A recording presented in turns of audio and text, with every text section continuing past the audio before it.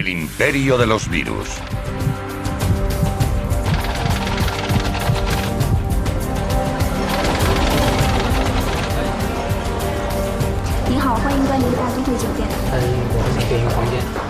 Asesinos silenciosos.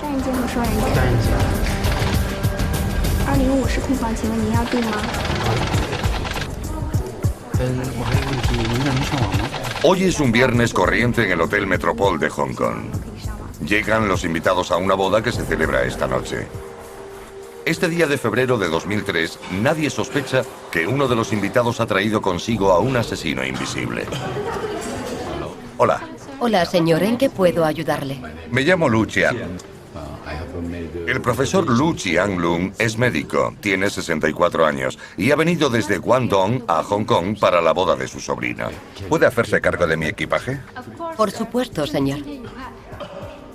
Pensando que padece una sencilla gripe, Lu no sospecha que un virus desconocido arrasa su cuerpo. En las próximas 48 horas el doctor habrá infectado, sin saberlo, a otros 17 invitados del hotel, con una nueva enfermedad mortal, poniendo al mundo entero en estado de alerta.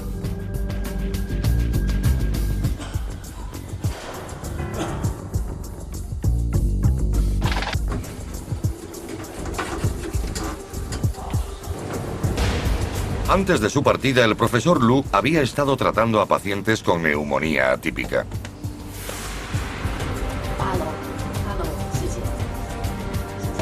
El mortífero virus con el que fue infectado no recibiría nombre hasta 3 semanas después, SRAS. El trayecto en el ascensor del Hotel Metropole originará una epidemia mundial que ataca a víctimas al azar.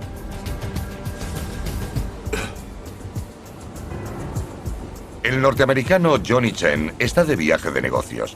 Es director de una compañía textil y ha hecho una parada en Hong Kong de camino a Hanoi, Vietnam.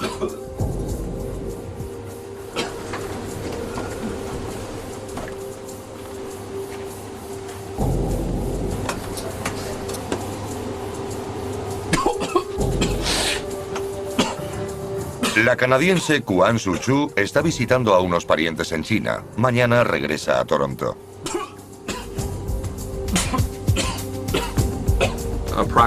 Aproximadamente el 50% de todos los casos del síndrome en el mundo estaban relacionados con aquel médico chino de la provincia de Guangdong. Estamos bajo amenaza constante. Los virus siempre están intentando invadir el cuerpo humano, todos los días de la mañana a la noche, incluso mientras dormimos, mucho más que los virus informáticos que atacan nuestros ordenadores. Mi lema es esperar lo inesperado. Ahí fuera hay tantas cosas que no podemos predecir qué va a pasar.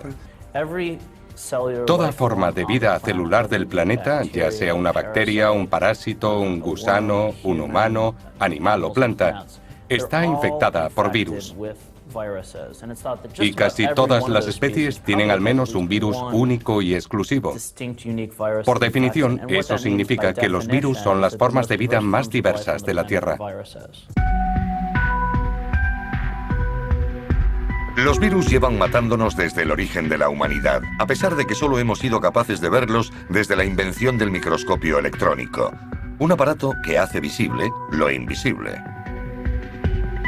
El premio Nobel Joshua Lederberg escribió: "La mayor amenaza a la continua dominación del hombre sobre este planeta son los virus. Ellos buscan comida y nosotros somos su carne". A pesar de que conocemos los causantes de la polio, el SIDA, el dengue, la rubeola, el ébola, el SRAS o la gripe aviar, solo existen vacunas para una pequeña parte de esos virus letales. Solo en el siglo XX más personas han muerto de infecciones virales que en todas las guerras del mundo. Investigar a estos asesinos silenciosos requiere una exhaustiva labor molecular y modernos laboratorios de bioseguridad como el de Marburgo.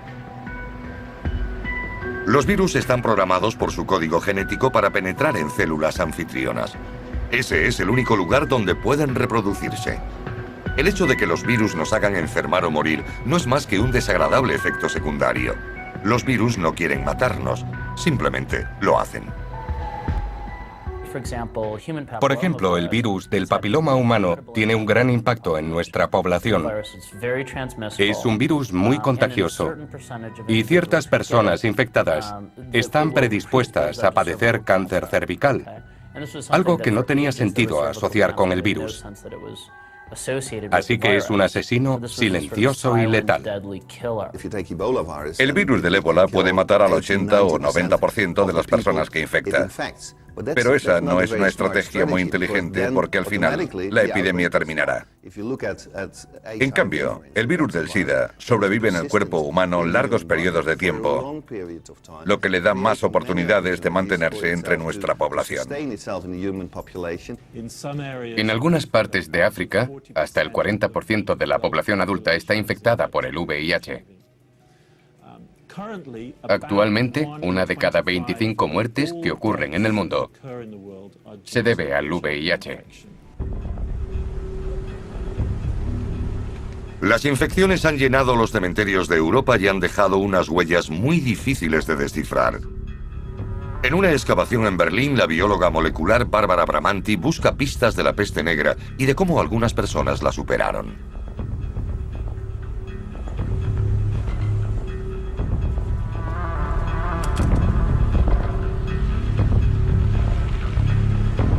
La científica italiana busca restos de ADN en los dientes y huesos de víctimas de peste bubónica. Su punto de partida fue el descubrimiento de un defecto genético que sigue presente en muchos europeos contemporáneos. Es una pequeña mutación que bloquea el receptor inmunológico CCR5 y con él un acceso importante de los virus a las células humanas. Esa misma mutación protege ahora a los humanos de una epidemia más moderna, el VIH. Aproximadamente el 1% de los europeos del norte son resistentes a ese virus. ¿Es un efecto derivado de la peste? La proteína CCR5 es la puerta para el VIH, el virus que provoca el SIDA, y probablemente también para otros gérmenes como por ejemplo la bacteria causante de la peste bubónica, la Yersinia pestis. Una mutación de esta proteína cierra la puerta y vuelve a la célula inaccesible para los microorganismos, lo que significa que también está cerrada para los virus. La idea general se basa en que solo existe una puerta receptora que debe ser atravesada. Pero yo supongo que hay unas 50 puertas que traspasar.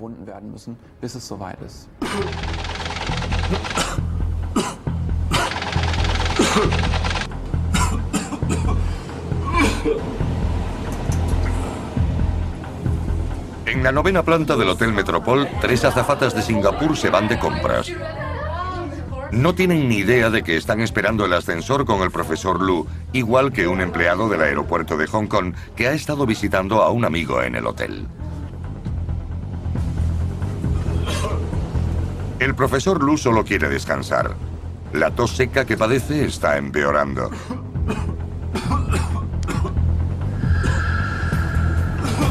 Con cada tos, lanza al aire gotas de saliva cargada de patógenos del SRAS. Como todos los virus, son demasiado pequeños para tener metabolismo propio y no pueden reproducirse por sí mismos. Fuera de una célula viva no son más que polvo sin vida. Como los zombies, requieren nuevas víctimas constantemente, en cuyas células despiertan a la vida.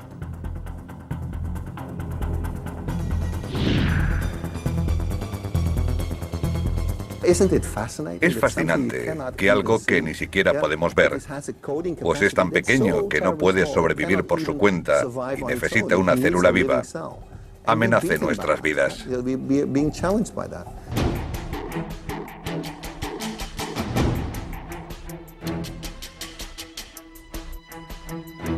Albert Osterhaus es uno de los virólogos más importantes del mundo. Como casi todos los expertos, está convencido de que un virus de la gripe mutado matará a millones de personas en un futuro próximo. Si existiera una vacuna, solo estaría disponible para una fracción de la población mundial.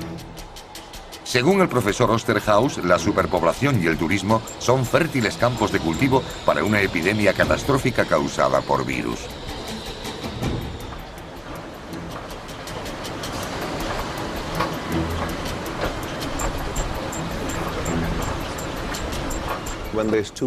Cuando hay demasiados animales o humanos, los agentes infecciosos, incluidos los virus, tienen más oportunidades de reducir la población. Se trata de un mecanismo natural. Así que, si nuestra población sigue creciendo a este ritmo, las enfermedades infecciosas, especialmente las virales, tendrán muchas más posibilidades de combatir a la especie humana. El profesor Lu, infectado por el síndrome respiratorio agudo severo, o SRAS, deja atrás un rastro de millones de gérmenes en el Hotel Metropol. Se adhieren a todo: paredes, barandillas o botones del ascensor.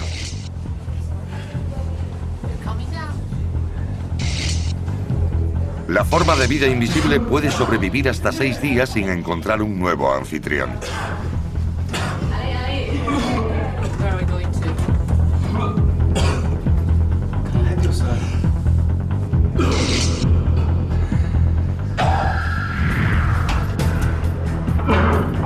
Las gotas invisibles suspendidas en el aire que el empresario estadounidense Johnny Chen ha inhalado transportan partículas del virus por sus vías respiratorias. En cada virus hay una proteína que hace las veces de gancho para adherirse a un tipo determinado de célula. Como piratas biológicos, los virus del SRAS abordan las células del sistema respiratorio de Johnny Chen. Los virus tienen una misión: copiarse a sí mismos. Ese es el único modo que tienen de reproducirse. Con mensajeros químicos toman el mando de las células y las obligan a producir copias suyas hasta que mueren por agotamiento.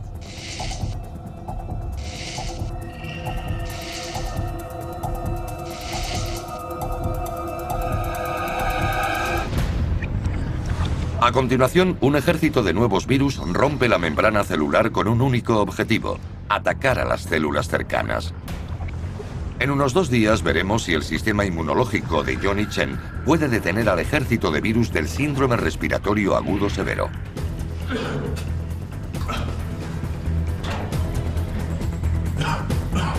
El profesor Lu ya ha perdido la batalla. Su sistema inmunológico se encuentra en agitación total. Por el momento, todos los que subieron al ascensor del hotel están en guerra contra el virus del SRAS. La mayoría de los virus y otros agentes se extienden rápidamente, como la gripe y el SRAS. Se infecta mucha gente que o muere o se recupera. Cuando se recuperan, se inmunizan y no pueden ser infectados de nuevo. Eso significa que estos virus necesitan combustible constantemente y tienen que buscar a más y más gente para no desaparecer.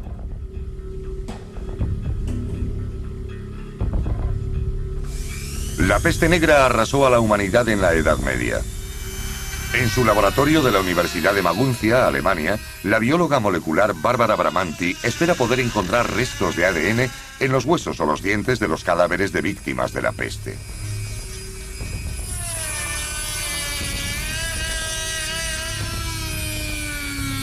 Con ellos, la científica italiana pretende verificar que la plaga no afectó a aquellos con un gen defectuoso, el que bloqueaba los receptores CCR5, la llave de acceso de los patógenos a las células humanas.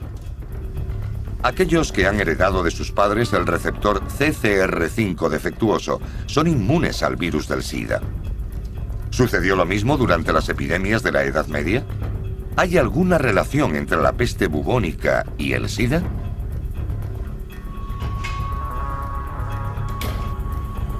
Phil Murphy, virólogo de Washington, descubrió el defecto del CCR5. Gracias a su trabajo, ahora existe un medicamento para tratar el VIH que bloquea artificialmente los receptores de la proteína, imitando el defecto genético milenario que no existe en África ni Asia. En Europa hay un gradiente de este gen defectuoso de norte a sur.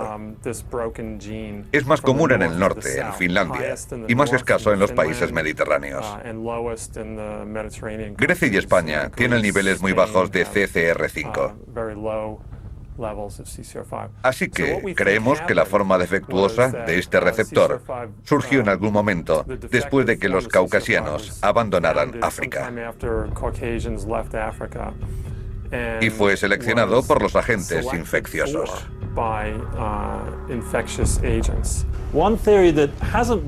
Una teoría que nunca ha sido propuesta y que a mí me parece factible es que en el pasado debió existir una epidemia de un virus parecido al del VIH. Eso hizo que parte de la población de humanos que tenía esta mutación contara con una ventaja selectiva. El laboratorio de Paul Bienach parece un parque jurásico de virus. En la Universidad Rockefeller de Nueva York, el científico británico ha devuelto la vida a un virus con más de 35 millones de años.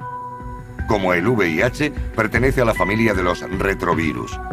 En algún momento del pasado remoto, infectó las células de nuestros antepasados, convirtiéndose en parte permanente de nuestra composición genética. Casi una décima parte de nuestros genes son residuos de infecciones pasadas. El retrovirus de Bienach ha resucitado de los cadáveres. Murió hace millones de años. Al parecer, nuestras defensas tuvieron éxito. Paul Bienach trabaja en el problema.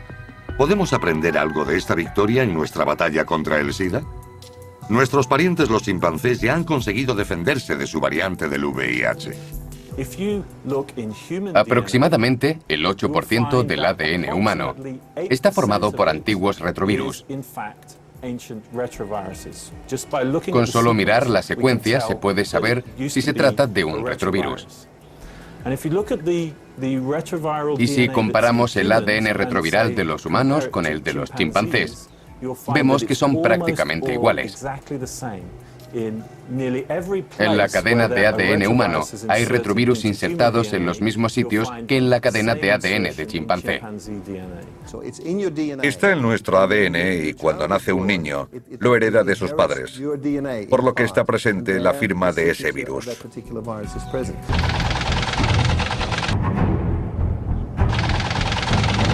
Con un último esfuerzo, el profesor Lu consigue soportar el banquete. Pero el día después de su llegada, se desmaya. El doctor es ingresado en el hospital de Kwong Hua de Hong Kong con sospecha de neumonía.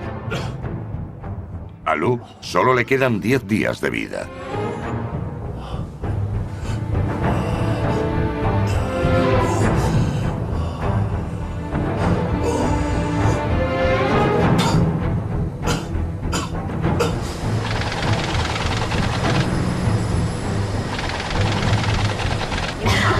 Solo 4 días después de su breve encuentro con el profesor Lu, las 3 azafatas de Singapur dejan el hotel. Al regresar a casa infectarán a docenas de médicos y enfermeras del hospital. Entre ellos, un médico que poco después aterrizará en Frankfurt, Alemania.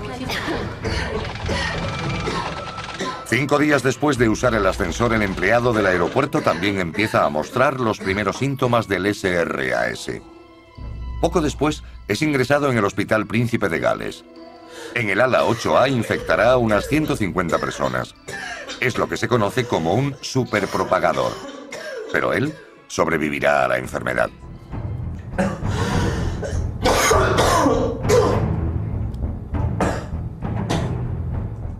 Advertimos que hay mucha gente enferma de las vías respiratorias en China. ¿Y qué? Mucha gente contrae enfermedades respiratorias en China cada año. Probablemente hay unos cientos de miles de casos. ¿Cuál es la señal que hace que nos preocupemos? Empezó a lograr que todos los que trabajamos en la investigación de la gripe pensásemos: Dios mío, ¿se ha iniciado una pandemia de gripe H5N1 en el sur de China?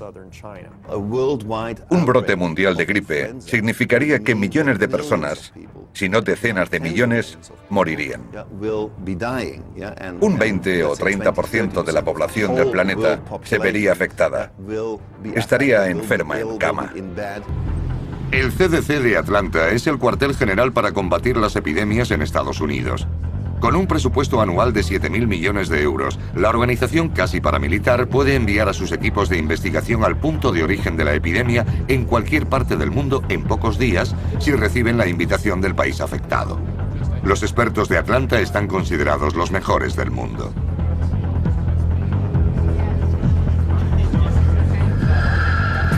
El CDC ensaya regularmente casos de emergencia en su centro, uno de los cuales es una posible epidemia de gripe aviar en Estados Unidos. Probablemente el SRAS también formaba parte de los simulacros. La cuestión no es si habrá una pandemia de gripe, sino cuándo. Los expertos calculan que se cobrará 150 millones de vidas en todo el mundo. En el simulacro del CDC, 8 días después del brote, habrán muerto 400 personas. Pero ese es solo el comienzo.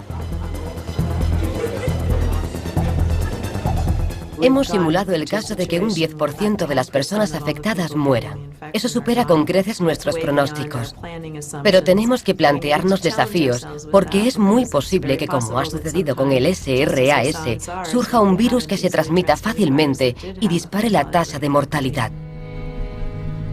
Septiembre de 1918. La Primera Guerra Mundial llega a su fin, pero otro enemigo ataca en las últimas semanas. La gripe afecta a los soldados en los abarrotados campamentos y se extiende como el fuego. En las enfermerías, los médicos y enfermeras se sienten prácticamente impotentes y los hombres caen como moscas.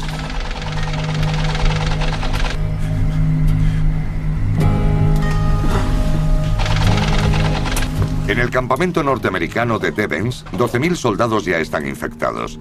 Solo este día morirán 63. En la primavera del mismo año, una cepa menos virulenta del virus de la gripe surgió en Kansas y saltó a Europa y Asia a través de las tropas. El virus parecía ser altamente contagioso, pero la tasa de mortalidad era baja. Por el contrario, esta nueva oleada es fatal.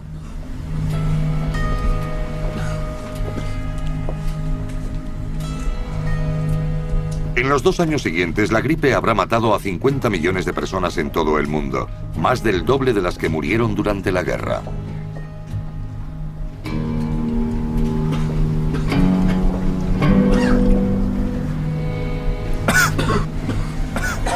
Los soldados la apodaron la muerte púrpura, una referencia a la muerte negra de la Edad Media y al tono azulado que adquiría el rostro de las víctimas, clara señal de una falta de oxígeno.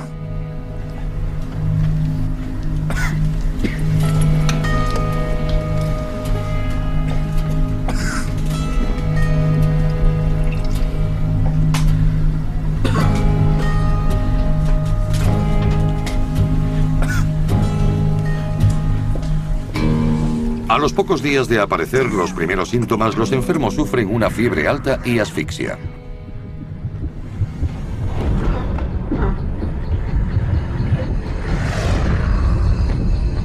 Este nuevo virus de la gripe destruye el tejido pulmonar, a menudo en menos de 72 horas. La muerte púrpura ataca rápida y duramente a los pulmones.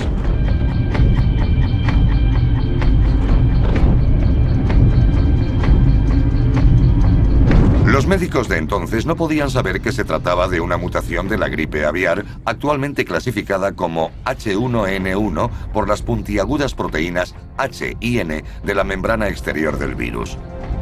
La proteína H convierte al virus en un asesino, porque le da acceso a los lugares donde es más letal, las células de los pequeños alveolos. Allí produce decenas de miles de copias de su genoma. Y como en todos los virus de la gripe, no es solo una cadena, sino 8 de ARN. Y es increíblemente propenso a copiar los errores.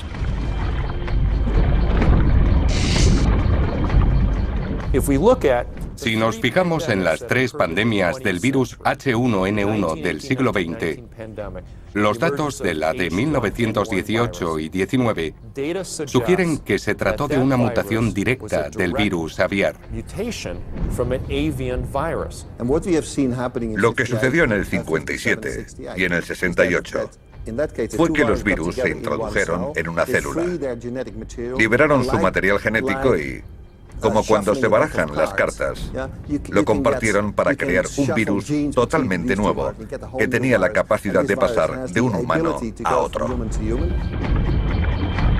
El intercambio de material genético siempre es fatal cuando el nuevo virus consigue pasar de una persona a otra mientras cambia la estructura química de su membrana exterior. Los anticuerpos del sistema inmunológico no tienen problemas en reconocer a los virus antiguos de la gripe y eliminarlos.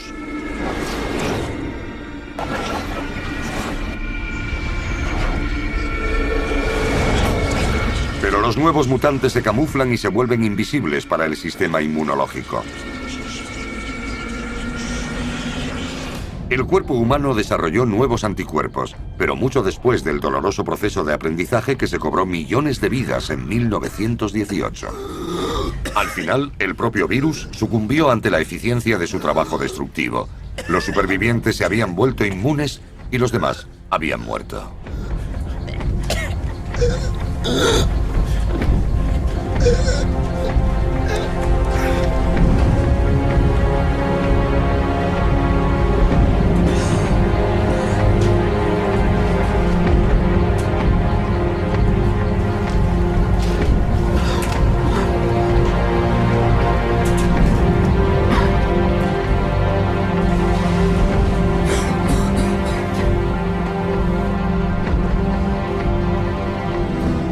Harry Huber Underdown, quizás la primera víctima de la epidemia, está enterrado en el cementerio militar de Étaples, en Normandía, Francia.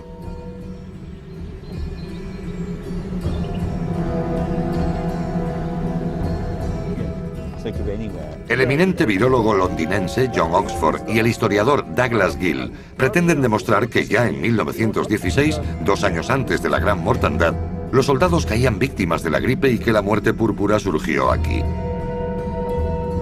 Al principio, el H1N1 solo mató a unas cuantas personas, y no fue hasta su segunda o tercera temporada cuando mutó a un virus asesino. John Oxford teme que el actual virus de la gripe aviar, H5N1, esté haciendo pruebas similares. En 1917, el Dr. Hammond, a cargo del campamento de Étaples, advirtió sobre la nueva gripe. Douglas, he encontrado a Harry. Sí, aquí está. Pero incluso el animoso Dr. Hammond podría haber subestimado su alcance final. ¿Podríamos estar cometiendo hoy en día el mismo error? Respecto al virus H5N1, mucha gente me pregunta cuántas personas han muerto por su causa, y cuando contesto que unas 200 me dicen: entonces no hay por qué preocuparse, ¿no?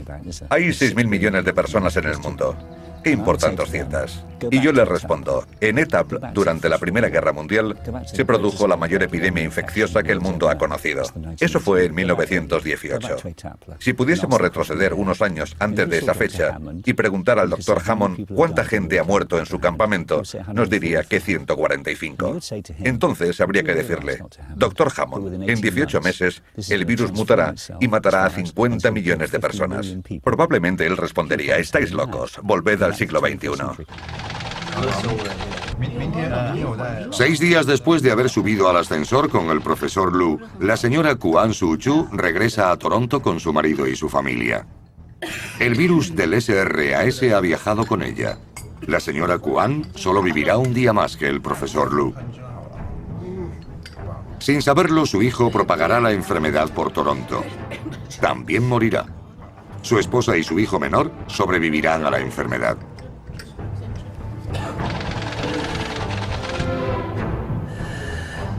Como tenía planeado, Johnny Chen ha volado de Hong Kong a Vietnam. A estas alturas, se siente tan enfermo que llama al servicio de urgencias.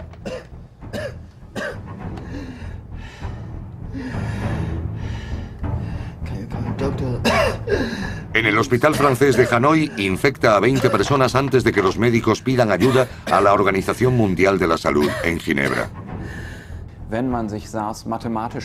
Analizando las estadísticas del SRAS, se puede deducir que su tasa metabólica basal es de 3,6. Eso supone 1/3 del valor de un virus normal de la gripe y 1/10 parte del de la varicela. Ese valor indica que si yo soy una persona infectada con el virus del SRAS, se lo transmitiré a 3,6 personas. El virus del SRAS es mucho más, podremos decir, débil que el de la gripe, ya que un virus de gripe corriente, ya sea de temporada o epidémico, se transmite con mucha facilidad entre humanos. Así que, incluso antes de que uno sienta los síntomas, ya se los ha contagiado a otra persona. Con el SRAS tenemos la suerte de que tarda entre 3 y 4 días antes de ser contagioso. Se trataba de una enfermedad que se propagó en países con economías desarrolladas y sistemas sanitarios efectivos que, a pesar de algunas dificultades iniciales, consiguieron movilizar los recursos necesarios para romper la cadena de transmisión. Mi temor era que esa enfermedad llegara a África o a las zonas más pobres de Asia. ¿Podríamos detenerla? 12 días antes de que el profesor Lu subiera a aquel ascensor en el Hotel Metropol, Steve Canyon, un médico retirado de la Marina estadounidense y experto en armas biológicas, recibe un extraño mensaje. Uno de sus antiguos vecinos de Hawái había leído en un foro de Internet algo sobre una epidemia letal en China. No obstante, no hay información oficial de ninguna epidemia en el país.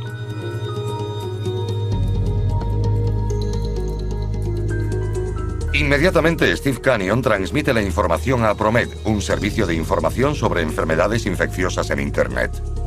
En él, cualquiera puede añadir comentarios sobre posibles brotes que posteriormente son estudiados por un equipo de expertos.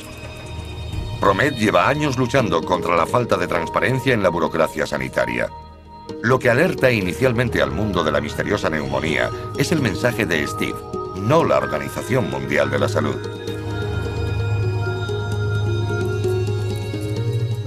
Lo primero que hay que hacer al investigar un brote es acudir a la fuente de información. Pero ni el CDC ni la OMS me preguntaron nada sobre mi mensaje a ProMed. Eso me hizo darme cuenta de que ya lo sabían. No tuvieron que preguntarme porque lo sabían. La epidemia de SRAS pudo haberse evitado si los gobiernos pertinentes, que conocían la existencia de casos en otoño de 2002, hubiesen informado inmediatamente a la Organización Mundial de la Salud del problema.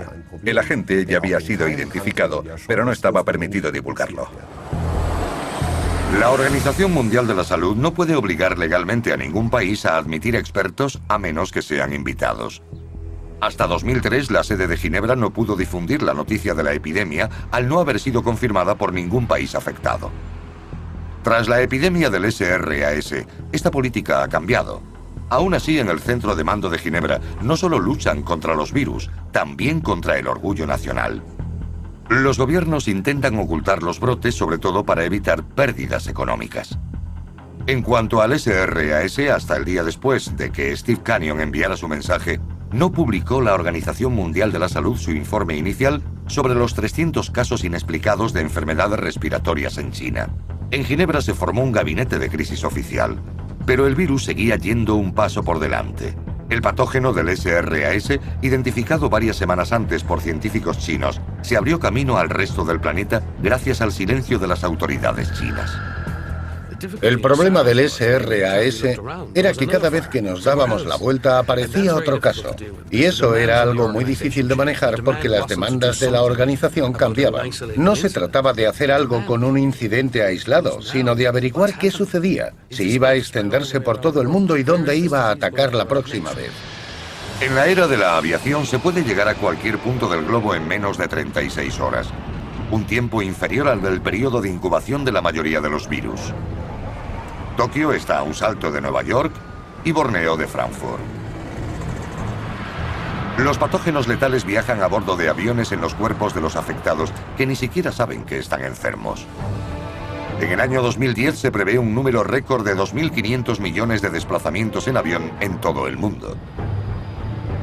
Las ciudades modernas como Nueva York ofrecen a los virus millones de víctimas potenciales al estar densamente pobladas y tener una población frecuentemente estresada y cansada.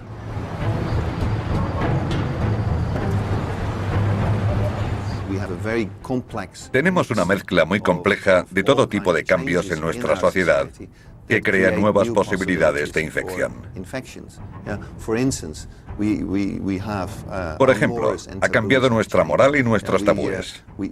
Viajamos por todo el mundo y la urbanización permite que mucha gente conviva en un mismo sitio. Habrá una nueva pandemia de gripe, SRAS o de lo que sea. Es la historia de la humanidad. Así que sería muy imprudente por mi parte negarlo. La cuestión es qué organismo será, cuándo sucederá y qué impacto tendrá. Cualquiera que afirme conocer la respuesta es un necio. El doctor Carlo Urbani, de la unidad de campo de la OMS en Hanoi, recibe una llamada del hospital francés. Las enfermeras están aterrorizadas. 12 días después de subir al ascensor del Hotel Metropole, Johnny Chen ya ha infectado a docenas de empleados con su misteriosa enfermedad pulmonar. En aquella época solo era el representante de la Organización Mundial de la Salud. Es parasitólogo, pero conocía muy bien los entresijos del control de enfermedades infecciosas debido a su trabajo, e hizo una labor excelente. Para mí, el doctor Urbani es el héroe del SRAS por muchos motivos. Fue el primero en describir la epidemiología del síndrome y aportó los primeros datos clínicos, haciendo un gran esfuerzo para el control del brote en Hanoi. Inspire, por favor. Muy bien, gracias. Tosa. Muy bien. Ese día, Carlo Urbani examina a Johnny Chen y al resto de pacientes con síntomas similares. Al principio asume que se trata de una gripe. Urbani tiene 46 años y está tan sano como Johnny Chen una semana antes. El doctor italiano no sabe que está tomando las primeras muestras de un virus desconocido.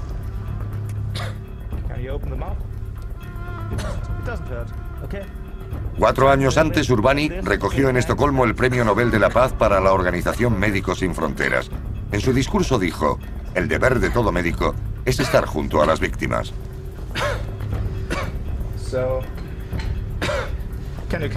¿Puede toser en el perro?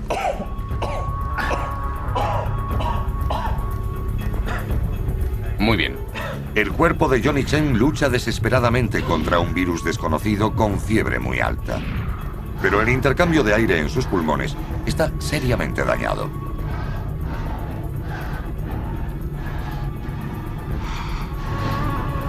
Lo que Carlo Urbani no puede ver es que las células de los alveolos son los objetivos del virus del SRAS.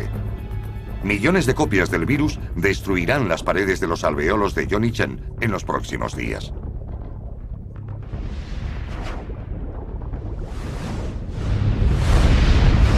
Hasta meses después, los científicos no descubren que la clave está en una proteína de las espinas del virus. Esta abre un cerrojo químico de la superficie de todas las células pulmonares llamado ACE2. Todos los coronavirus humanos identificados con anterioridad suelen desviarse y solo provocan un leve resfriado. El virus del SRAS, por el contrario, consigue entrar en los pulmones y producir millones de copias de su genoma.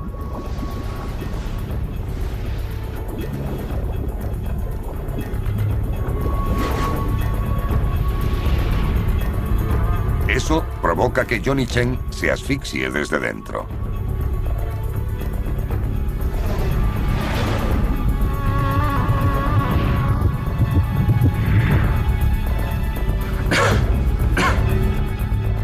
En las primeras radiografías, Carlo Urbani no puede ver el enorme daño pulmonar. Y a pesar de sus esfuerzos, Johnny Chen muere al cabo de 10 días.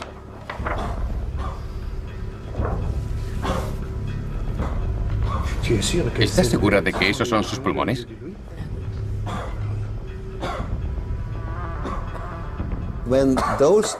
Cuando esas células se destruyen, si algo malo le sucede, el paciente tiene un serio problema que, en primer lugar, el intercambio de oxígeno y dióxido de carbono deja de producirse normalmente y comienza un proceso de filtración. Carlo Urbani se alarma.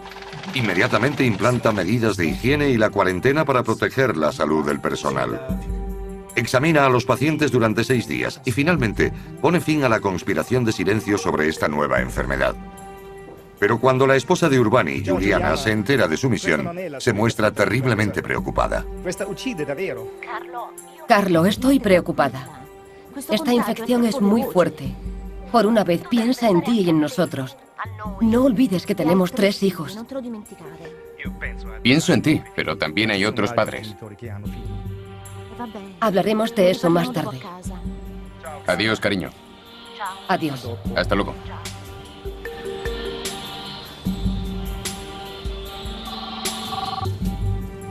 Hi, Kevin. Hola, Kevin, soy Carlo. Tengo un hospital lleno de enfermeras aterrorizadas. La gente está descontrolada y asustada. No sé de qué se trata, pero no es gripe. ¿Podrías llamar a Pascal y avisar a Ginebra? Hemos aprendido mucho en muchos sentidos. Si lo comparamos con el fútbol, era como si estuviésemos jugando en cuarta división y de repente nos hubieran ascendido a primera y las exigencias y expectativas hubieran aumentado exponencialmente.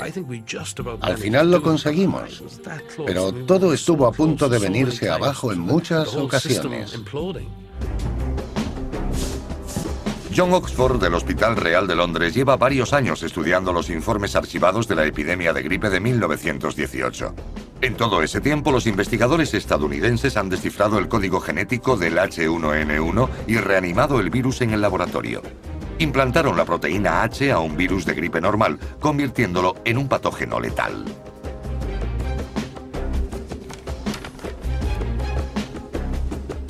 John Oxford está en lo cierto. Lo sucedido en el laboratorio puede pasar en cualquier momento. El ejemplo perfecto es la epidemia de gripe de 1918. Como el SRAS, la gripe aviar de 1918 afectaba al pulmón, pero era mucho más contagiosa. John Oxford encontró muestras de tejido de las víctimas de la gripe en las colecciones de patología del hospital. Una cosa es cierta, los virus de la gripe son mucho más agresivos que los del SRAS. El síndrome pudo combatirse y acabar con él fácilmente con medidas sencillas como la cuarentena, el distanciamiento social y la higiene. Pero la gripe no podría detenerse con unas medidas similares, nunca jamás. Si el virus del SRAS fuese infeccioso, antes de que la víctima empezase a mostrar síntomas, tendríamos un serio problema. La gripe sería un juego de niños en comparación.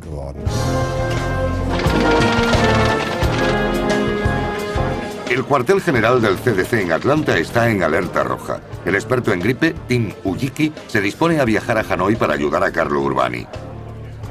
Aún así carece de respuestas para algunas preguntas. ¿Qué máscaras debe llevar? ¿Servirán los antibióticos? Ujiki y Urbani han estado en contacto por email y teléfono durante días, pero entonces la situación da un giro inesperado. Llegué a Hanoi la noche del 11 de marzo de 2003. Y ese mismo día, el doctor Urbani había empezado a tener fiebre.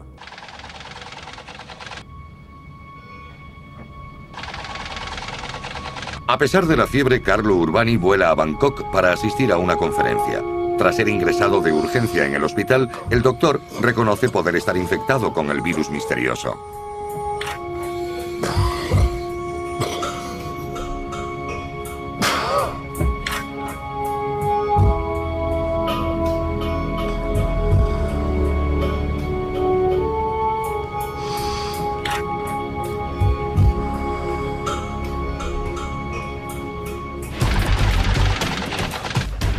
Cuatro días después, el vuelo SQ-25 de Aerolínea Singapur aterriza en Frankfurt procedente de Nueva York. El pasajero Hu Nam Leong, un médico de Singapur, había asistido a una conferencia en Estados Unidos y se había puesto enfermo. Cuando subía al avión rumbo a Frankfurt, llamó a uno de sus colegas. Este lo notificó a la OMS. Una ambulancia especial lo esperaba a su llegada al aeropuerto. El jefe de operaciones, René Gottschalk, pone a los 250 pasajeros en cuarentena. El paciente es trasladado al hospital universitario. El jefe de virología, Hans Richard Brod, y su equipo llevan trajes de protección mientras lo tratan durante varias semanas.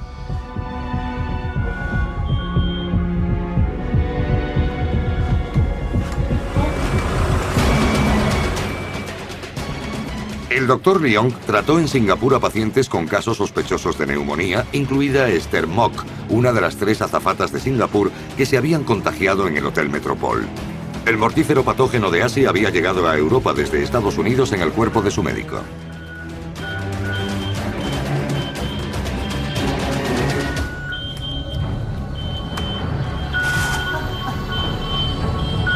Muestras de tejido fueron enviadas inmediatamente a laboratorios de máxima seguridad en Marburgo y Hamburgo. Los médicos de Frankfurt salvan al Dr. Lyon. El ataque del SRAS es frenado en Alemania.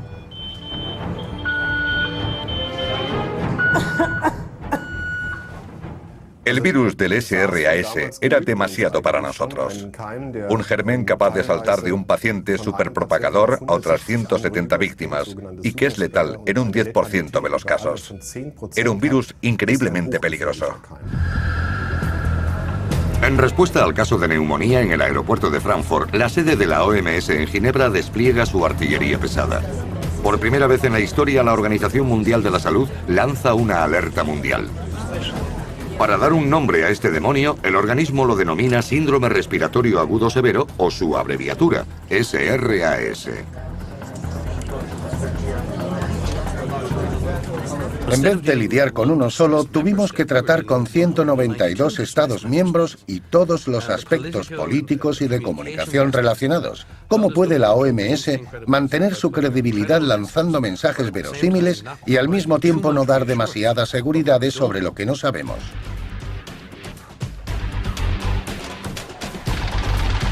Muestras de sangre y tejido de los infectados llegan simultáneamente a 13 laboratorios de máxima seguridad de todo el mundo.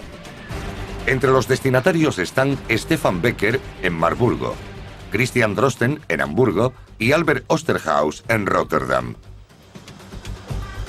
En un maratón telefónico, la OMS convence a los prestigiosos laboratorios de que sacrifiquen el crédito individual y colaboren para desentrañar el patógeno del SRAS.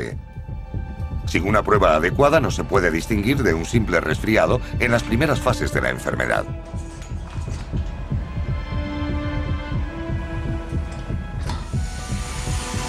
Bajo estrictas medidas de seguridad, el virus es examinado por primera vez con el microscopio electrónico y su genoma es descifrado.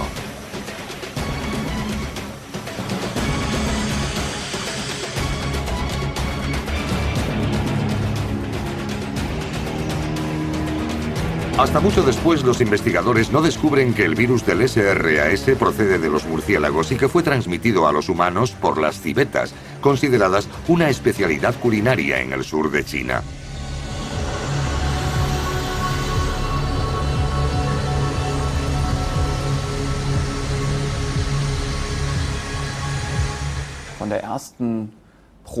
Pasó exactamente una semana desde que colocamos las primeras muestras en un cultivo en Frankfurt, hasta que lo identificamos aquí en Hamburgo.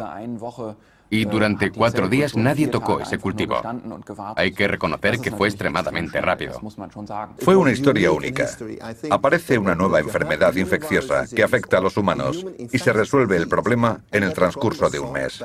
Si se hubiera dejado que las cosas se hicieran por el medio habitual, no habría funcionado.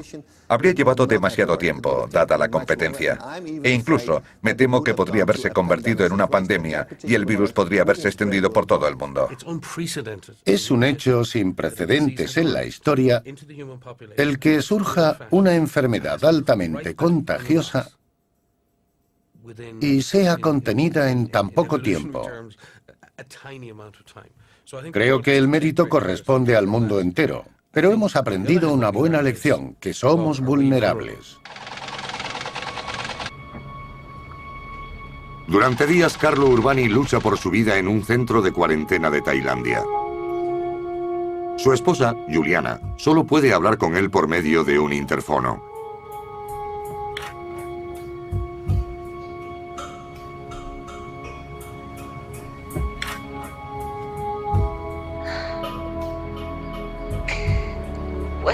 ¿Me estás diciendo que me quieres? Yo también te quiero. Y Tommaso, Luca y Maddalena también te quieren.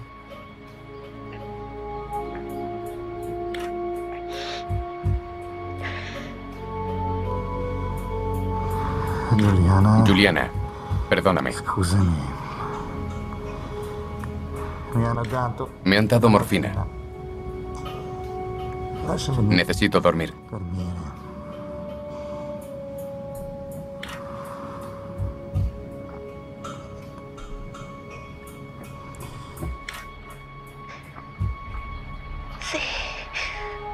Sí. Duerme. Duerme, cariño.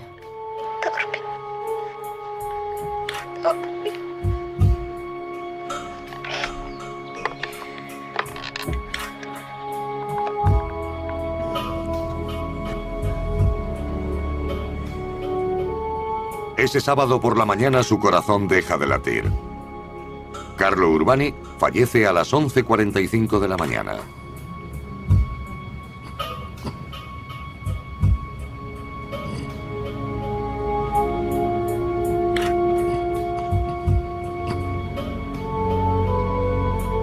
Hasta el día de hoy no se ha encontrado una cura para el virus del SRAS. Tampoco existe vacuna. Así que los médicos no pueden hacer más que tratar los síntomas de los pacientes para mantenerlos con vida. Pero el órgano más afectado por él es el pulmón. El virus reduce la capacidad pulmonar, especialmente en pacientes mayores, y al final mueren de asfixia. Al año siguiente, en Atlanta, continúan con los simulacros de un brote de gripe aviar, ya que el siguiente enemigo más probable de la humanidad es un virus de la gripe mutado. Los expertos del CDC cerrarán aeropuertos y colegios, organizarán servicios de ambulancia, distribuirán medicación y asegurarán el suministro de alimentos y de ataúdes. La logística, afirman, puede servir para cualquier tipo de epidemia, ya sea causada por un nuevo virus desconocido o un bioataque terrorista. Las personas infectadas cruzarán los controles fronterizos. Al principio, siempre se lucha contra un enemigo invisible.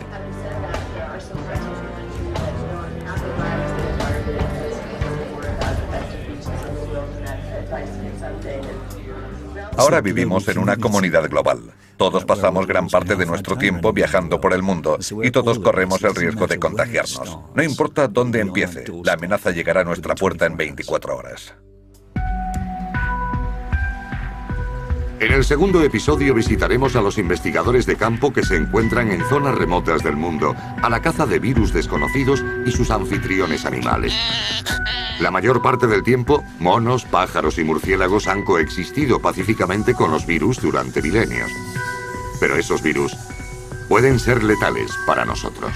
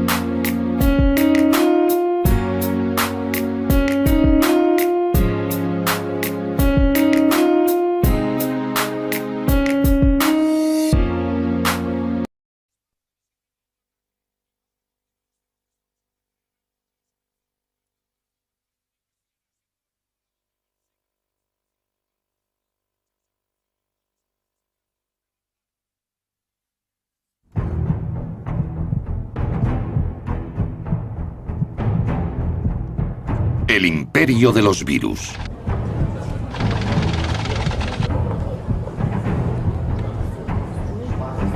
Estamos en el año 2013. 150 expertos de 50 países se han reunido en Berlín para discutir medidas antiterroristas. El enemigo invisible.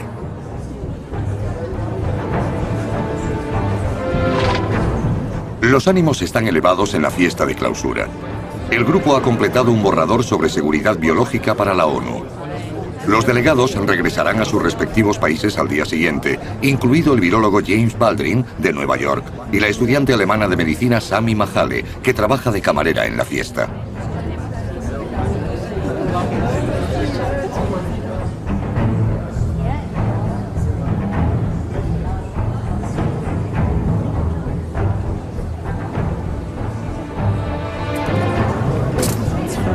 Mientras los delegados discuten planes para neutralizar esos ataques, los bioterroristas atentan contra la conferencia.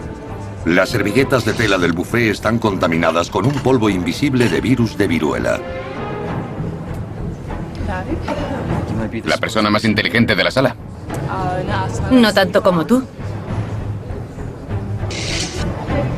¿De dónde eres? De Nueva York. Soy virólogo. ¿Y tú? El virus de la viruela está erradicado oficialmente del planeta, pero nunca se ha controlado su destrucción en los laboratorios del mundo.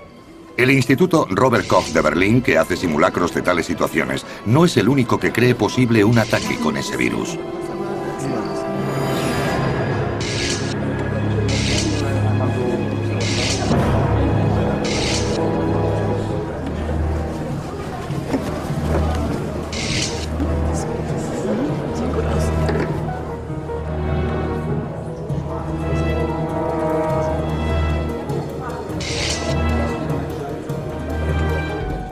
Por supuesto, hay que temer a la amenaza bioterrorista.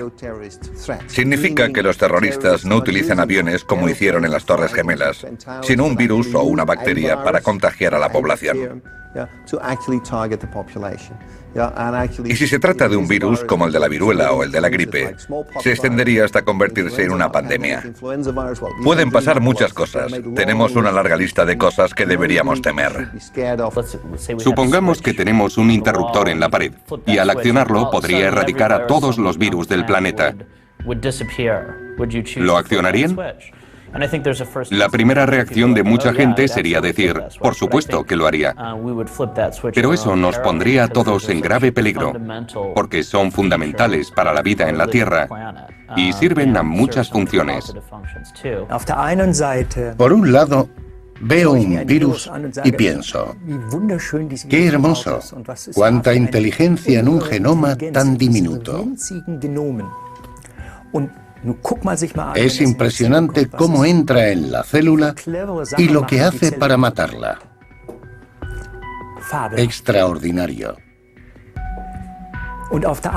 Pero cuando observo el virus de la polio, me acuerdo de un compañero de Göttingen que murió por su culpa en menos de una semana.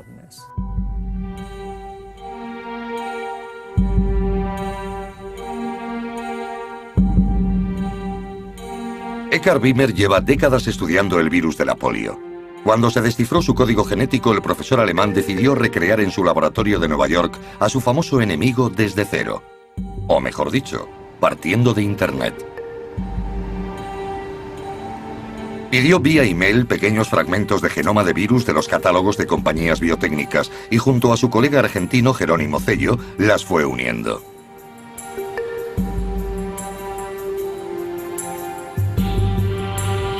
En un medio de cultivo que imitaba a las células que infecta el virus de la polio, la construcción cobró vida. El primer virus artificial de polio fue sintetizado en el laboratorio de Wimmer. Actualmente los laboratorios son capaces de sintetizar virus mucho más complejos. Pero cuando Wimmer publicó por primera vez estas técnicas, fue apodado el Frankenstein de la virología.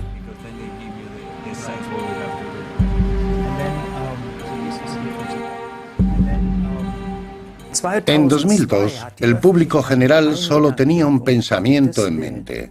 Por el amor de Dios, ahora que Wimmer y su grupo han mostrado al mundo cómo crear un virus, Bin Laden no tardará en copiarlo y crear virus terribles que nos matarán a todos.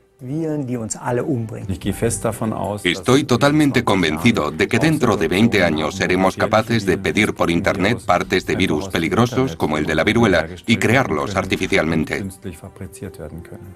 Es teóricamente posible tomar secuencias y reconstruirlas, pero requiere un laboratorio experimentado. Hace falta un buen laboratorio y un buen científico. Es posible. Ya se ha hecho, pero ¿por qué no cogerlo de la naturaleza? Xavier Purroux está especializado en un enemigo especialmente peligroso, la fiebre hemorrágica. Sus patógenos, como el ébola o el marburgo, hacen que las víctimas sufran letales hemorragias internas.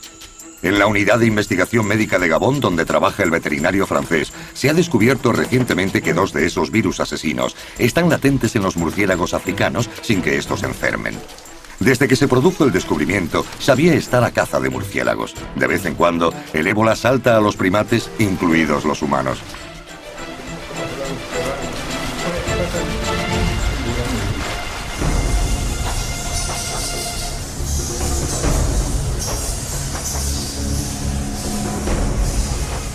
Quizás el secreto de la vacuna se oculte en la sangre de los murciélagos. Actualmente no existe cura para el ébola, pero ese no es el único motivo por el que sería un arma biológicamente interesante.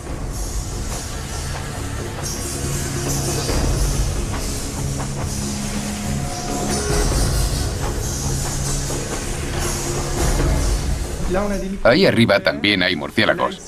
Y al parecer, en ese pequeño agujero hay murciélagos de la fruta. Son muy grandes. Se les puede ver con facilidad. Hasta el momento, el ébola solo ha afectado a zonas remotas de África y mata a sus víctimas demasiado rápido para extenderse. Pero en algún momento, la epidemia llegará a las grandes ciudades africanas y en cuestión de horas, los aviones la llevarán a Europa.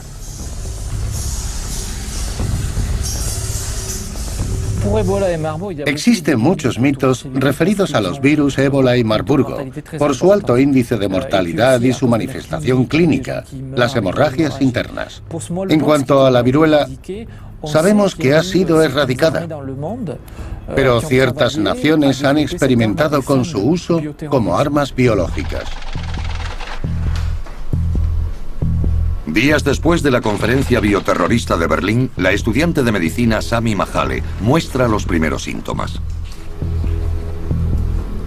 Hoy tiene el examen más importante del semestre.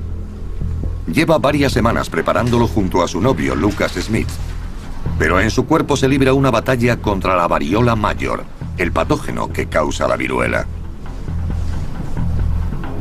El virus entró en su torrente sanguíneo a través de las membranas mucosas de su boca, nariz y ojos o pequeñas heridas.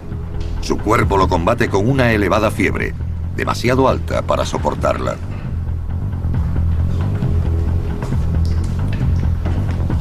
Disculpe. ¿Puedo ir al baño? Si es realmente necesario. Hace unas horas, Sami tomó medicamentos para bajar la fiebre. Aún así, sufre terribles dolores de cabeza y dolor en las articulaciones. Los primeros síntomas son muy parecidos a los de la gripe. El patógeno no mostrará su verdadero rostro hasta mañana.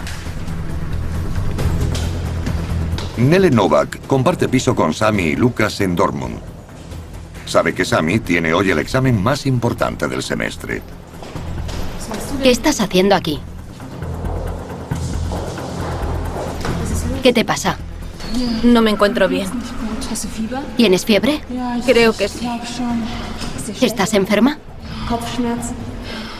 Sí. ¿Llama a un médico? No, solo quiero irme a casa. ¿Qué pasa con el examen? No puedo hacerlo, no puedo. Los simulacros con viruela presuponen que alguien es capaz de hacerse con ella y utilizarla contra otras personas. Y lo que da más miedo es que es verosímil. Por desgracia, el cultivo de viruela y la formulación de un arma biológica basada en ella es relativamente simple y directa. Es uno de los procesos de producción más sencillos en el campo de las armas biológicas.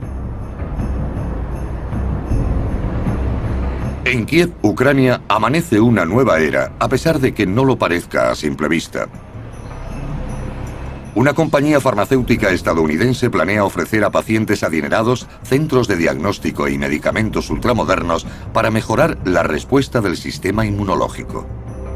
El presidente de la compañía, Ken Alibek, era conocido anteriormente como Kanatian Alibekov, el subdirector de Biopreparat, el programa secreto de armas biológicas de la Unión Soviética que se mantuvo hasta los años 90, ignorando todos los tratados internacionales. El programa produjo suficientes armas para matar a la población mundial varias veces con peste bubónica, viruela, ébola y virus modificados genéticamente.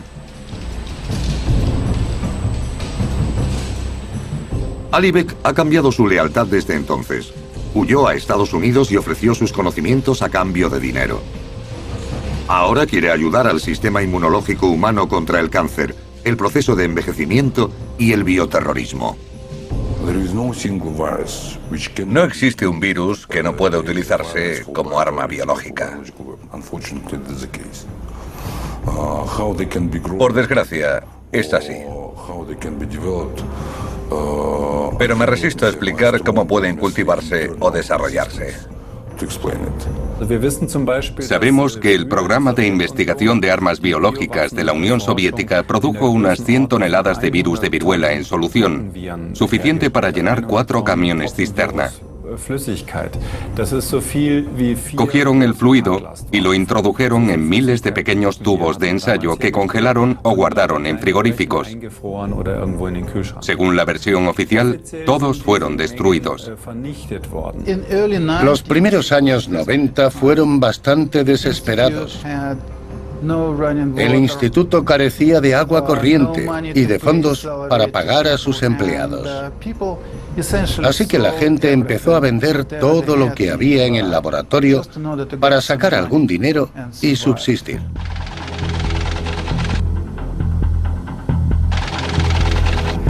Mi novia tiene mucha fiebre, 39 grados. Se siente mareada y apenas puede caminar.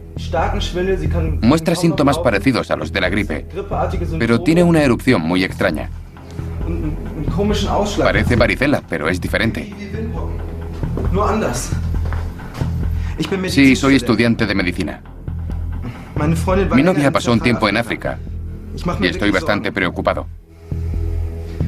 Sí. Lucas Smith. El día después del examen, sus compañeros de piso en Dortmund no establecen ninguna relación entre el Congreso de Berlín y el extraño sarpullido de la piel de Sami. El sarpullido es la manifestación externa de la respuesta inmunológica de su cuerpo. 11 días después de la infección, un ejército de virus de viruela se ha abierto camino hasta las células de su piel. El torrente sanguíneo de Sami ya está inundado de patógenos letales y su sistema inmunológico está en alerta roja. Su corazón late a más velocidad para intentar matar a los invasores con fiebre. Pero es imposible detenerlos.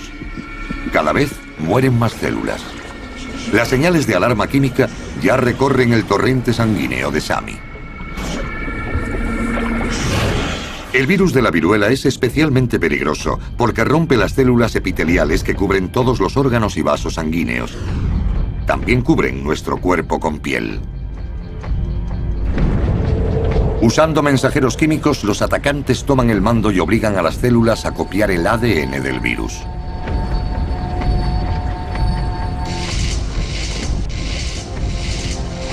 Cada célula lo hace varios miles de veces antes de morir. Aún así, dentro del plasma celular, el programa de montaje del propio virus da vida a las copias de ADN. Pero el virus de la viruela guarda otro truco bajo la manga. Es capaz de pasar de una célula a otra, utilizando los espacios microscópicos que hay entre ellas, evitando los desvíos del torrente sanguíneo. Sami solo sobrevivirá si su sistema inmunológico bombardea rápidamente al virus con anticuerpos específicos.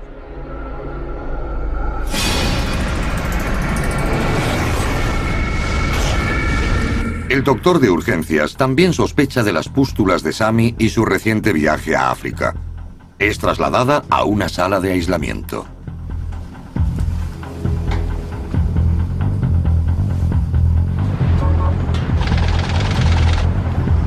En Nueva York, el ataque de Berlín tiene sus primeras repercusiones.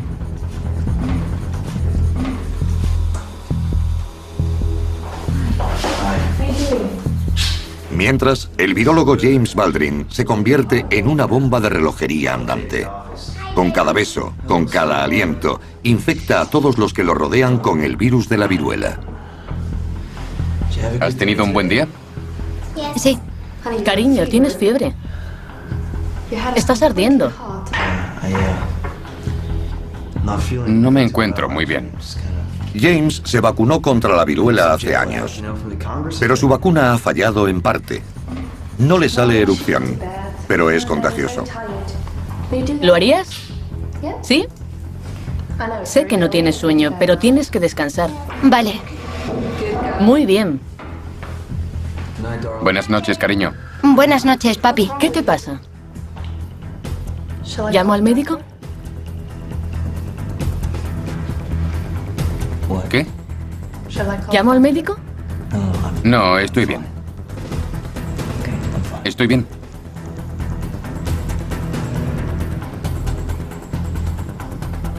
El terrorismo biológico no lo llevan a cabo esos pocos que todos sospechamos. El principal terrorista biológico es la propia naturaleza.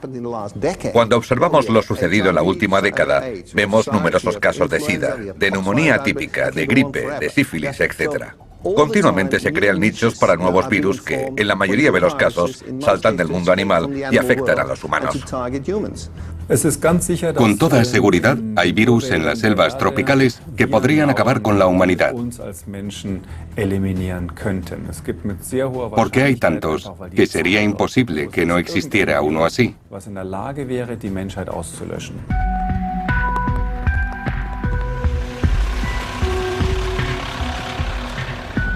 El virólogo brasileño Luis Pereira lleva 25 años recorriendo la selva. Durante sus expediciones en Valo da Ribeira, en el estado de Sao Paulo, Brasil, combate a un enemigo invisible a base de redes, mosquiteras y trampas para ratones. Pereira se ha introducido en el mundo del virus Rocío, el raro virus Savia, el del dengue y el mortífero virus Arena. Un accidente en el laboratorio de Guaratuba casi lo mata, pero Pereira sigue intentando atrapar al enemigo antes de que ataque. Y ya ha descubierto 30 virus nuevos.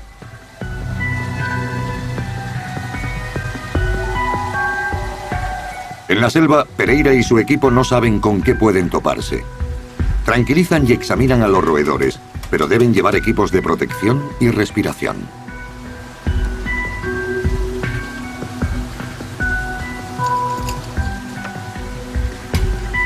Pereira encuentra constantemente el virus Hanta en los ratones. Este no afecta a los roedores, pero puede ser mortal para los humanos. El virus Hanta tiene pocos usos para nosotros. Simplemente nos cruzamos en su camino cuando nos internamos en la selva y destruimos el hábitat de sus animales anfitriones. En un gran número de casos, los animales y sus virus han llevado una coexistencia pacífica durante millones de años. Pero cuando ese virus pasa a los humanos, se vuelve letal.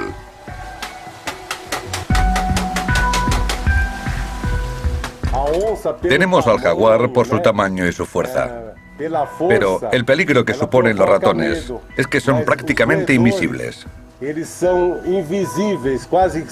Llegan por la noche y normalmente comen, evacúan y orinan.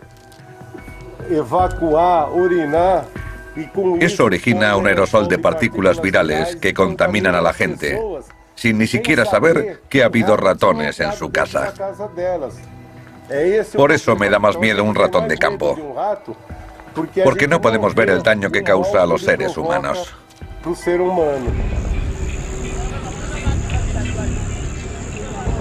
En Franceville, Gabón, en África Central, los investigadores buscan otro virus increíblemente letal, el ébola.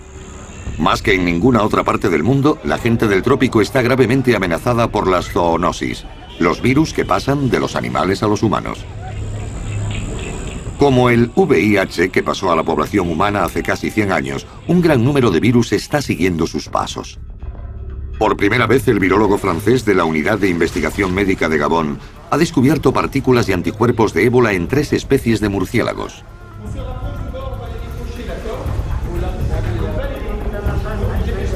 Xavier Purru y sus colegas sospechan que los brotes de ébola proceden de los murciélagos.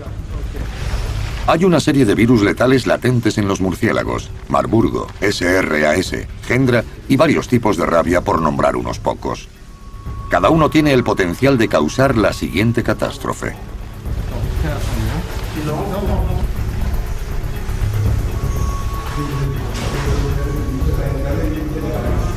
El virus ébola es tan espectacular porque ataca rápidamente. Las epidemias son muy raras y solo ha habido 16 brotes en un periodo de 30 años. Pero cada uno ha tenido una elevada tasa de mortalidad. Y seguimos sabiendo muy poco sobre la forma de transmisión del virus.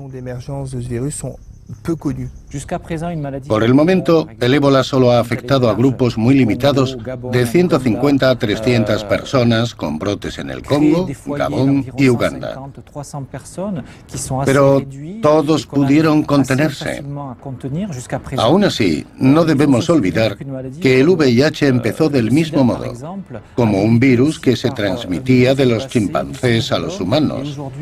Y actualmente es una pandemia que afecta a millones de personas.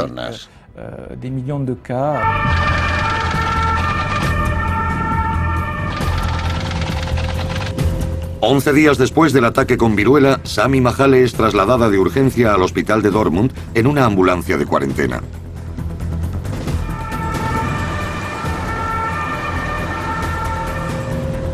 Las pústulas de su piel son tan infecciosas como su aliento.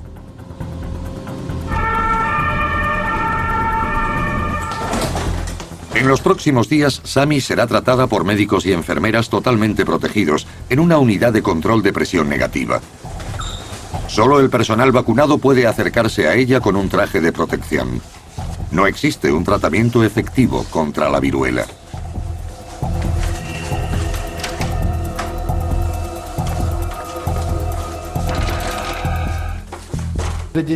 La enfermedad es terrible, porque es fea, provoca mutilaciones, cambia de apariencia y siembra el pánico entre la población. Nele, la compañera de piso de Sami, se vacuna ese mismo día, pero Lucas sufre una dermatitis atópica. La vacuna de la viruela puede tener terribles efectos secundarios en las personas alérgicas. Lucas y Nele también deben ser puestos en cuarentena, como todos los que han estado en contacto con Sami. Muchos países impondrían cuarentenas y restricciones, como sucedió con el SRAS. Recordemos que costó muchos miles de millones cuando empezó a extenderse por Asia a través de los aviones. Se interrumpió el comercio y el turismo. Fue increíblemente dañino. 5 días después, Sami presenta la manifestación completa de la viruela. Aunque sobreviva, quedará desfigurada por las cicatrices. Una semana después, el terrible sarpullido aparece en Nueva York. La esposa de James Baldwin, Helen, y su hija Marla han enfermado. Hola, 911. Ayúdenme, mi esposa y mi hija están muy enfermas. No lo sé. Mi esposa tiene fiebre y una especie de sarpullido. Sí, por favor. Esquina de la calle 54 con la tercera, bajo Manhattan. No lo sé, no puede hablar, solo respira con dificultad. Vale, gracias. Helen, háblame, por favor. Helen, tienes que hablarme. Me siento muy mal.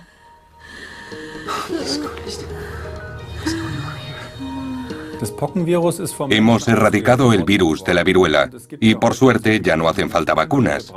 De hecho, es la primera vez en la historia de la humanidad que se derrota por completo a una enfermedad. Irónicamente, este es también nuestro talón de Aquiles, porque ya no somos inmunes a ella. Como la viruela, el ébola pertenece a la docena de patógenos letales que podrían ser utilizados como armas biológicas. Cada brote de ébola en África demuestra por qué. Mata rápidamente, haciendo que las víctimas se desangren hasta morir. En septiembre de 2007, el virus se extendió por el Congo.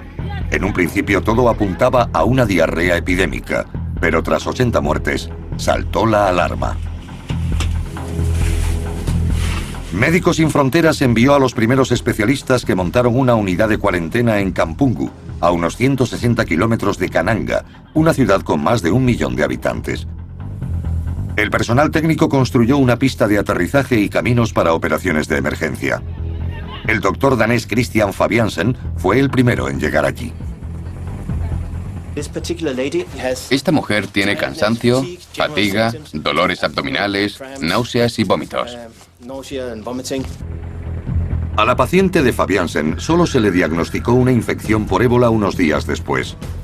Se contagió cuando cuidaba a su hija, también infectada. Como indica la rojez de sus ojos, la destrucción de sus vasos sanguíneos ya ha comenzado. Mediante una herida o una membrana mucosa, el asesino filiforme entró en su torrente sanguíneo. Como todos los virus, está programado para multiplicarse en células específicas. En este caso, el objetivo del ébola son los macrófagos del sistema inmunológico.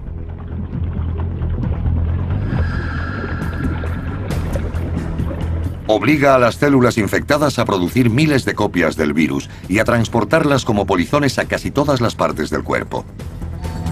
Finalmente, mata a las células inmunológicas y con ellas a todo el sistema de defensa.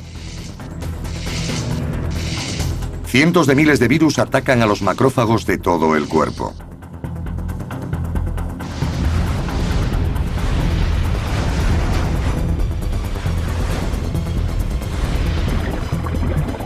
La segunda especialidad del virus ébola es destruir las células de las paredes de los vasos sanguíneos, creando agujeros en las venas.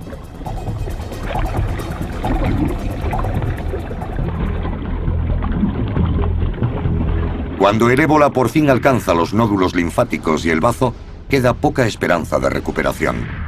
Los nódulos linfáticos de este paciente ya están gravemente dañados. No existe cura o tratamiento para el ébola. Y después de varios días, la víctima muere a causa de las hemorragias internas. Las hemorragias comienzan a los pocos días del contagio. Los signos externos son hemorragias nasales o bucales y presencia de sangre en vómitos o diarreas. Los infectados mueren entre 5 y 8 días tras el contagio en un 80% de los casos. De los casos confirmados de la sala de aislamiento, poco más del 70% murió de la infección. La realidad es que muchos pacientes mueren tras contraer la enfermedad. Mañana mismo podría surgir una nueva variedad de ébola más letal. El virus podría viajar hasta las grandes ciudades y provocar el pánico.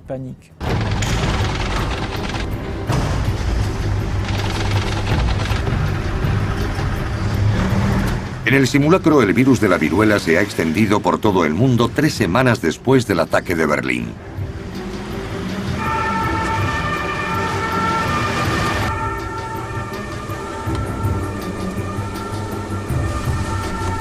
Cada persona enferma infecta a 2/3 de la población sin vacunar con la que entra en contacto. A pesar de que solo hay unos cientos de personas infectadas en más de 30 países, el pánico es casi incontrolable.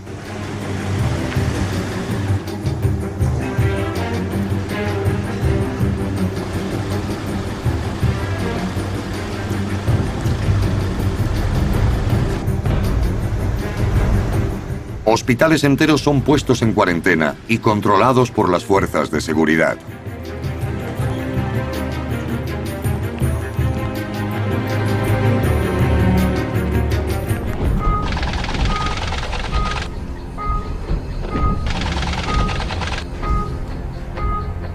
En Nueva York, Marla Baldwin también está en una sala de aislamiento con su madre Helen.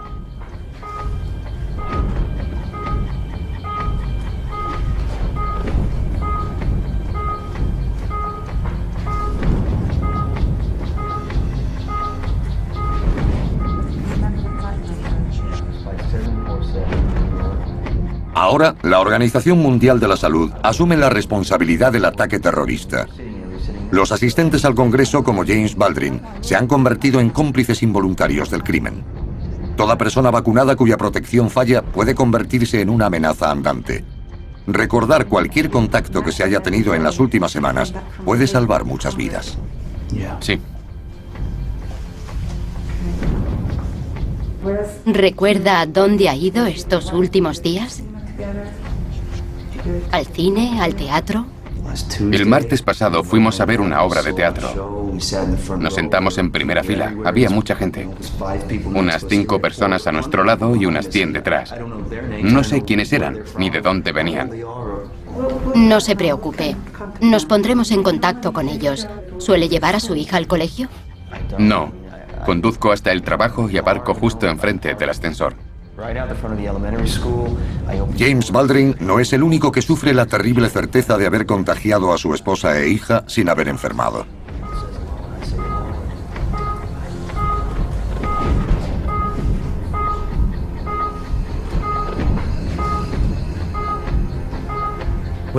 En Europa se invierte una gran cantidad de dinero en defensa militar, en caso de que alguien intente cruzar nuestras fronteras e invadirnos, cuando los verdaderos invasores son los microbios. Ellos cruzan nuestras fronteras todos los días.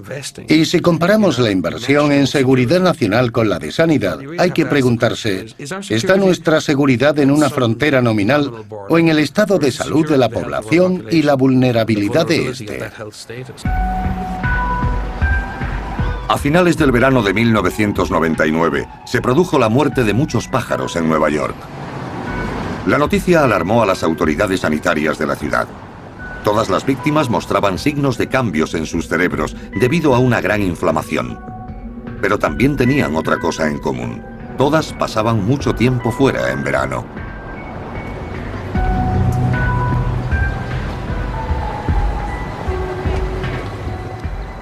Tras varios informes falsos, el patógeno fue identificado. El virus del Nilo Occidental, transmitido por mosquitos, que jamás se había visto en Estados Unidos. Surgieron rumores de un ataque terrorista, pero quizás era algo menos espectacular. El virus es bastante común en África y también se encuentra en Israel, por ejemplo. En Nueva York existe una gran comunidad judía que viaja constantemente a Tel Aviv. Y es muy probable que llegara a Estados Unidos en un vuelo en primera clase con aire acondicionado. Thomas Brise fue el hombre que desenmascaró al virus del Nilo Occidental. El científico alemán está considerado uno de los virólogos más importantes del mundo. Con su moderno laboratorio de análisis de Nueva York puede detectar cualquier patógeno, aunque no sepa exactamente qué está buscando. Descubrió toda una familia de nuevos virus del resfriado, un virus letal para las abejas y un virus arena que mataba a pacientes con trasplantes en Australia. También es uno de los principales especialistas dedicado a la lucha contra el SRAS.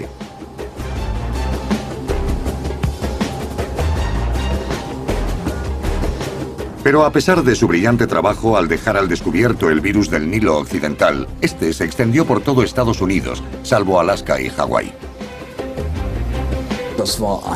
Esa fue una de las lecciones de esta epidemia. Incluso en un país industrializado con todos los medios disponibles, helicópteros e insecticidas, fue imposible detener o frenar la propagación de un virus epidémico identificado relativamente pronto.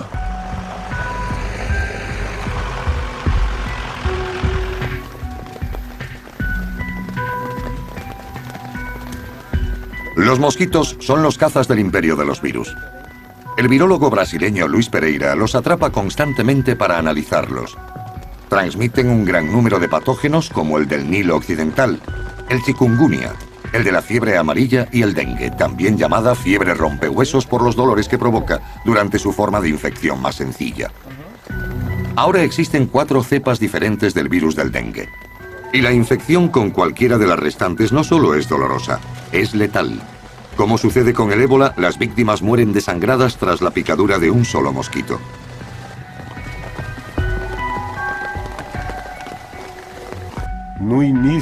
Cuando el dengue empezó a extenderse por Brasil, no era más que dengue. Y la gente que lo padecía se sentía mal y tenía que guardar reposo, pero no sufría hemorragias. Tras surgir la segunda y recientemente la tercera variedad, Cada vez se dan más casos de dengue hemorrágico en el país.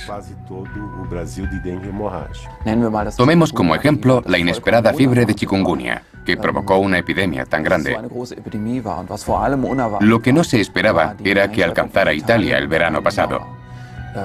Como sabemos, es el mosquito Aedes albopictus el que transmite el virus. Pero eso no debería ser así.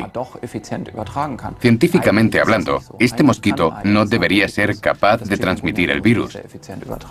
Pero este se las ha arreglado para que así sea. Y hemos tenido que advertir que este mosquito está presente en toda la Riviera, desde Italia hasta los Pirineos.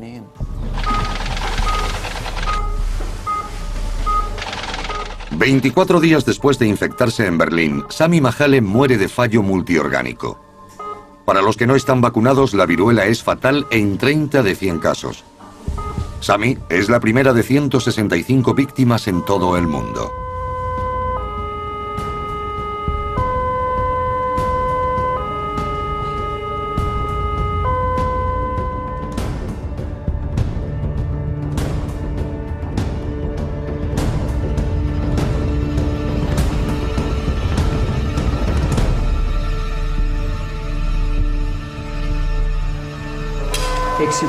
Hora de la muerte, 10:15 de la mañana.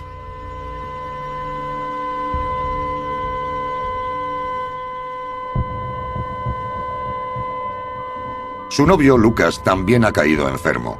Al ser alérgico, se negó a vacunarse por los posibles efectos secundarios.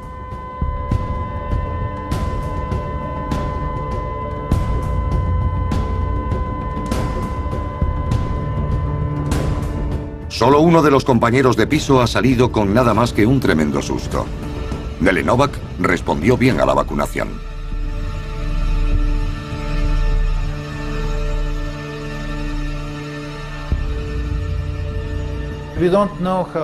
No sabemos cómo tratar enfermedades virales con medicamentos específicos. En muchos casos, no existe el tratamiento terapéutico específico. En el caso de muchas enfermedades virales peligrosas, el único tratamiento es una terapia de apoyo. ¿Por qué no existe vacuna contra el ébola? ¿Por qué no existe vacuna contra tantas enfermedades infecciosas? ¿Por qué no las consideramos una prioridad? Y cuando queramos cambiar el mundo, no solo se tratará de la gripe ni del SRAS. El problema será mucho mayor y debemos afrontarlo en conjunto. Nathan Wolf lleva 9 años buscando virus letales en Camerún, tanto en la sangre de la población local como en los animales que cazan. El virólogo de Los Ángeles tiene un sueño: detener el siguiente SIDA antes de que brote en alguna parte de la selva. Actualmente los virólogos comparten la certeza de que el siguiente virus asesino será una zoonosis, una enfermedad propia de animales que salta a la especie humana. Quizás un cazador se contagie desollando a su presa y de ahí se extienda a la ciudad más cercana, al bar del hotel y al aeropuerto. Por eso Wolf mantiene una red mundial de estaciones de predicción de virus. 3 están en África y otras 3 en Asia.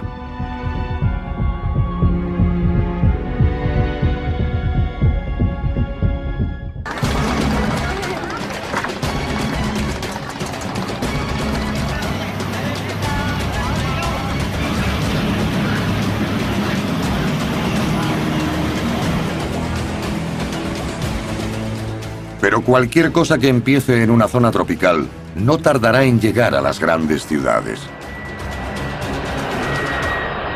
Y quizás sea mucho peor que el VIH.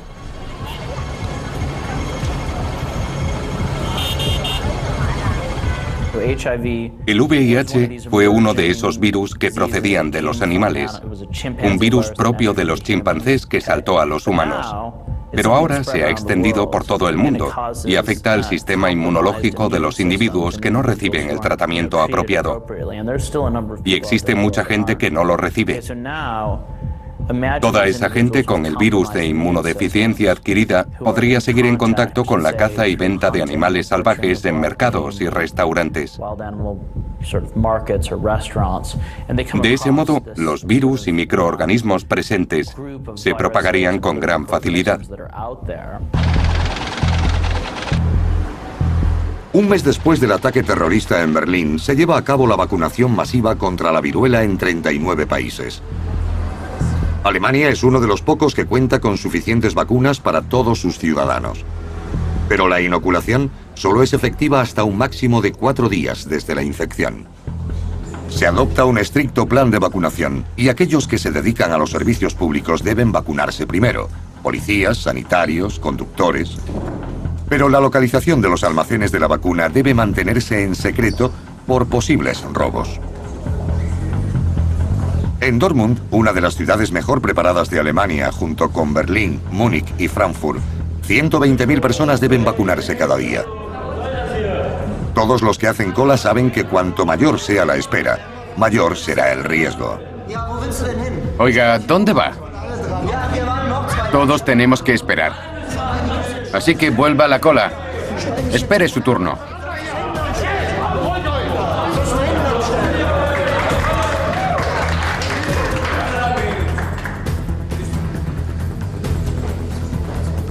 Con 15 pinchazos de aguja, el suero de vacunación entra en el cuerpo.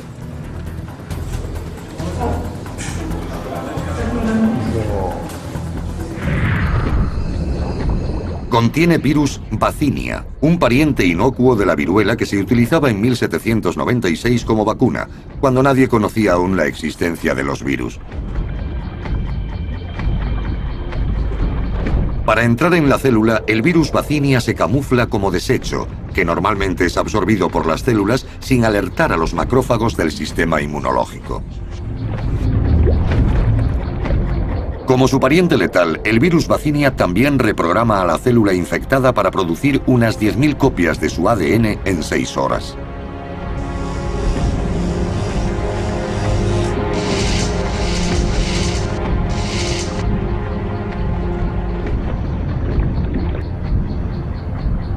Las primeras células sucumben al ataque del virus en menos de 24 horas tras la vacunación. Pero la vacuna está dosificada para que el daño sea localizado. 4 o 5 días después de la vacunación aparece una única pústula en el lugar de la inyección. La cicatriz que deja es para siempre. Igual que el proceso de aprendizaje del sistema inmunológico, los anticuerpos para la Vaccinia también funcionan contra todas las formas de viruela, incluida la mortífera variola mayor. A los ratones con cáncer del laboratorio del profesor Shalai en la Universidad de Pittsburgh también se les ha inyectado virus de Vaccinia. Pero los investigadores lo han manipulado genéticamente y dotado de una proteína luminiscente. Gracias a ella, el virus puede ser rastreado en el cuerpo del ratón mediante cámaras especiales. El virus inyectado en la cola se oculta del sistema inmunológico en las células cancerosas del ratón, volviendo visible al tumor y la metástasis. Pero el resultado más impresionante de este estudio es que el virus devora el tumor por completo desde el interior. El húngaro Aladar Shalai y su equipo de Pittsburgh no tardarán en probar esta técnica con pacientes humanos.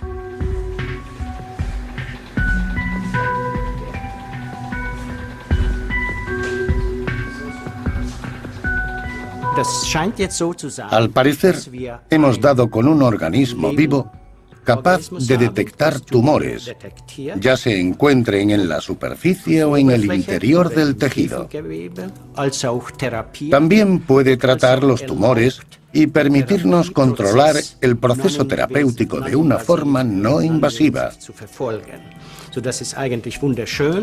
Sería maravilloso que funcionara en humanos y tremendamente beneficioso para los enfermos de cáncer.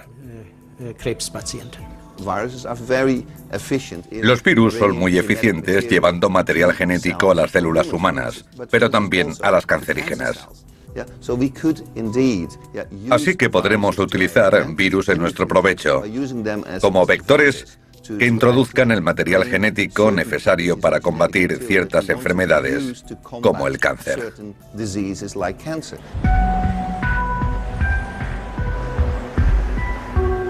En el laboratorio de Bigelow, en Maine, Estados Unidos, los investigadores utilizan virus para combatir bacterias que atacan a la famosa langosta local.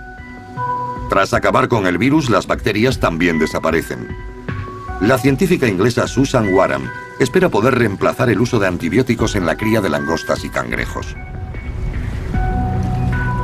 Su colega Willie Wilson descubrió un virus que no encaja en nuestra idea de asesino silencioso.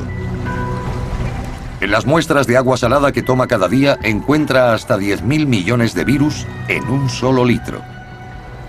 Se desconoce el propósito de todos ellos, excepto de uno, el EHV86, su virus favorito. El EHV86 es el virus más vegetariano de todos, especializado en el fitoplancton unicelular Emiliana huxleyi. El virus se cuela entre los discos de calcita de la superficie del alga hasta el interior de la célula. Como todos los virus, el EHV86 obliga a su víctima a copiar sus genes. Un gen del ADN viral sirve únicamente para liberar ceramida, una sustancia química que también está presente en las cremas faciales. El EHV86 usa la ceramida para prolongar la vida de la célula y así producir más copias antes de morir.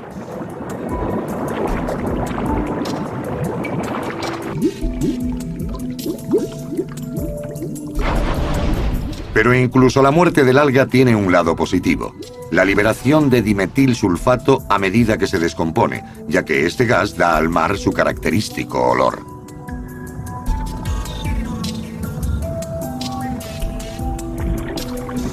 Cuando se eleva a la atmósfera, acelera la formación de nubes.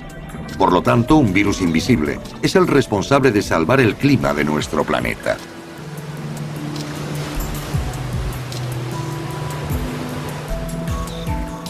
La muerte del alga Emiliana huxleyi incluso puede observarse mediante los satélites espaciales.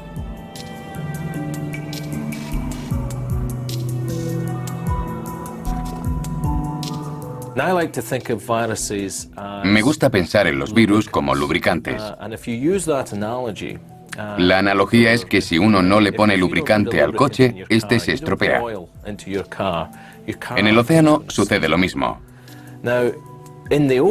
Si no existieran los virus, el sistema se vendría abajo. Dejarían de llevarse a cabo procesos de liberación. Y las bacterias y las algas crecerían sin límite. Por lo que acabaríamos con un océano de lodo sobre el que incluso podríamos andar. Solemos pensar en los virus como entidades negativas. Pero la realidad es que somos como los borrachos que buscan las llaves a la luz del porche.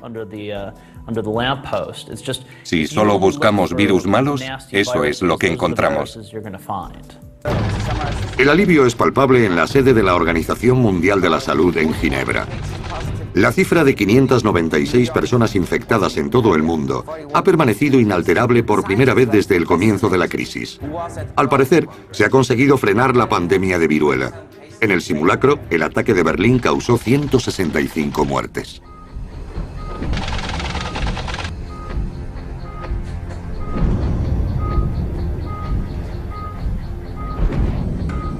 Una de las víctimas es Helen Baldwin. Su hija Marla sobrevivirá.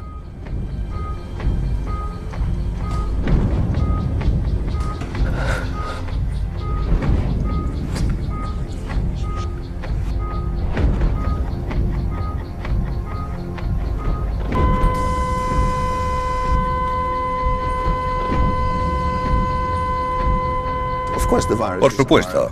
Los virus son enemigos, pero también forman parte del sistema. Están incluidos en el sistema ecológico y forman parte del conjunto. A veces se descontrolan, pero la mayoría de los casos se descontrolan cuando nosotros nos descontrolamos.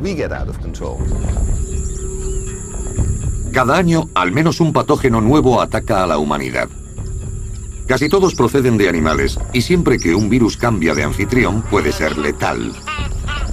El VIH, la gripe aviar, el SRAS y el ébola Son ejemplos de las zoonosis más famosas hasta la fecha.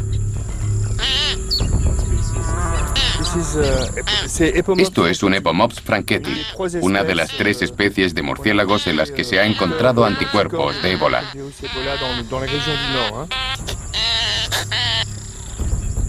38 nuevas zoonosis han sido descubiertas en los últimos 25 años. El calentamiento global y la destrucción medioambiental obligan a especies animales y a sus patógenos a ocupar nuevos hábitats. Los humanos nunca han estado expuestos a un ataque semejante por parte de los virus. Los agentes animales han saltado a la especie humana desde nuestros orígenes. Lo que ha cambiado es que ahora tienen la capacidad de evolucionar. Cuentan con el combustible necesario en términos de densidad de población y los medios para extenderse rápidamente. Así que ahora cuentan con el potencial para hacerse con ese nuevo nicho increíble que es la población humana. Nosotros también representamos un inmenso recurso energético para los microorganismos. Adaptarse a los humanos es como ganar la lotería para los virus.